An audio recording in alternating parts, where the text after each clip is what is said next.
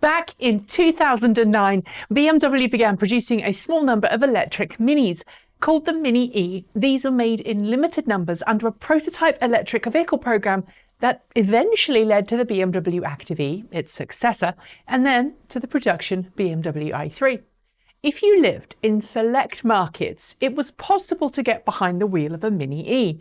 But they were lease only, and while great performers, thanks to a powerful drivetrain by AC propulsion, were two-seaters, with the rear seats being taken up by the car's 35 kilowatt-hour battery pack. Not a single Mini E made it into private hands, because they couldn't be purchased at the end of their lease. But now, a full decade after those original Mini Es rolled off the production line, BMW has started production of an electric Mini you can buy, the Mini Cooper SE. Unlike its ancestor, the Mini Cooper SE has 4 seats. It has rapid quick charging, it has a less powerful electric motor, and it has a smaller, not bigger, battery pack. Yet, I think this brand new Mini, the pricing for which in the US was announced this week, could outsell the Mini Cooper it's based on and become one of Mini's biggest sellers. Wait, I hear you say. This is a car that, while it seats more people than the original lease-only Mini E and offers rapid charging, a certain improvement on the original decade-old prototype, actually has a less powerful battery pack and less powerful motor. Why on earth would it sell in a market where far more powerful models are available? I'm glad you asked. On paper, the new 2020 Mini Cooper SE isn't a very impressive car. Its 32.6 kilowatt-hour battery pack, which it's inherited from the 2017 and 2018 BMW i3, is good for no more than about 270 kilometers in ideal situations on the WLTP test cycle. It's more likely closer to 220 kilometers in real-world conditions. So if your biggest priority is range, then you're not going to get all that excited about the Mini Cooper SE.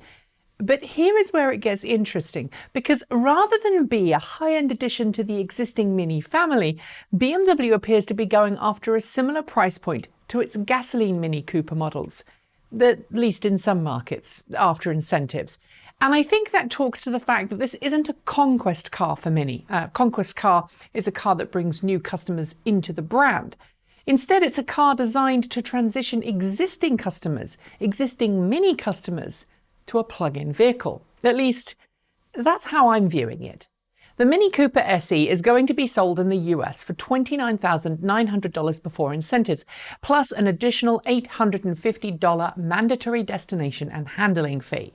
If you add in the standard US federal tax credit for plug-in vehicles, it does still exist, and you'll be looking at a price nearer to $22,400 US, and that's less than the entry-level gasoline Mini Cooper. Of course, there are some major caveats for US buyers when it comes to that. First, in order to take advantage of that tax incentive, you need to have a tax liability that is large enough for you to claim back that full tax credit. And unless you lease, you'll have to pay that extra money up front and then claim the credit at the end of the year when you do your taxes. And of course, with the current political situation in the US, there really is no telling if the tax credit will exist for much longer or not. But outside of the US, we are seeing similar pricing with sales taxes included, equating to about 32 to 35,000 euro in Europe, depending on which country you're in. And that puts it within a similar price point to some other similarly sized plug-in models coming to market, like the brand new Peugeot E208.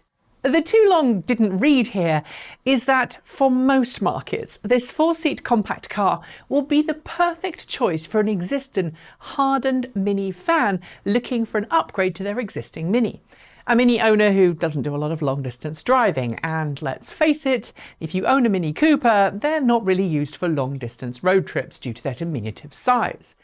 Just like the Peugeot E208, which has proven far, far more popular with buyers than Peugeot ever thought, despite being a more expensive model than its petrol-powered identical twin, I think this all-electric Cooper will sell.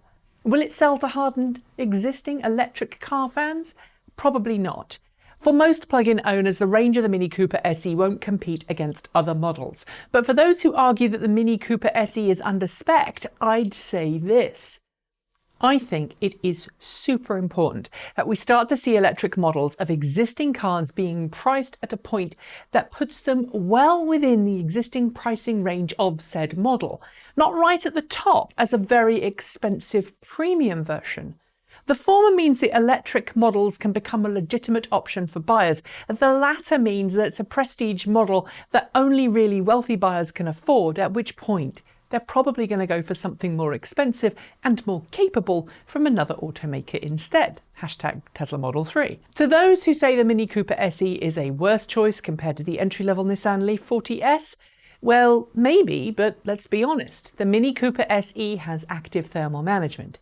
The Nissan Leaf does not. Do you think the Mini Cooper SE is fairly priced? Is it too expensive? Are you put off by the range or specifications? And what would you reasonably rather see Mini offer if you are offended by the pricing? Let me know below. That's it. Thanks for watching, and if you'd like to help us make more videos like this, please do like, comment and subscribe. Send us a couple of dollars our way every month through Patreon, feed our coffee habit with Ko-fi, or visit our swag store. Oh, and happy Halloween. I'll be back soon with more content for you all to enjoy, but until then, keep evolving.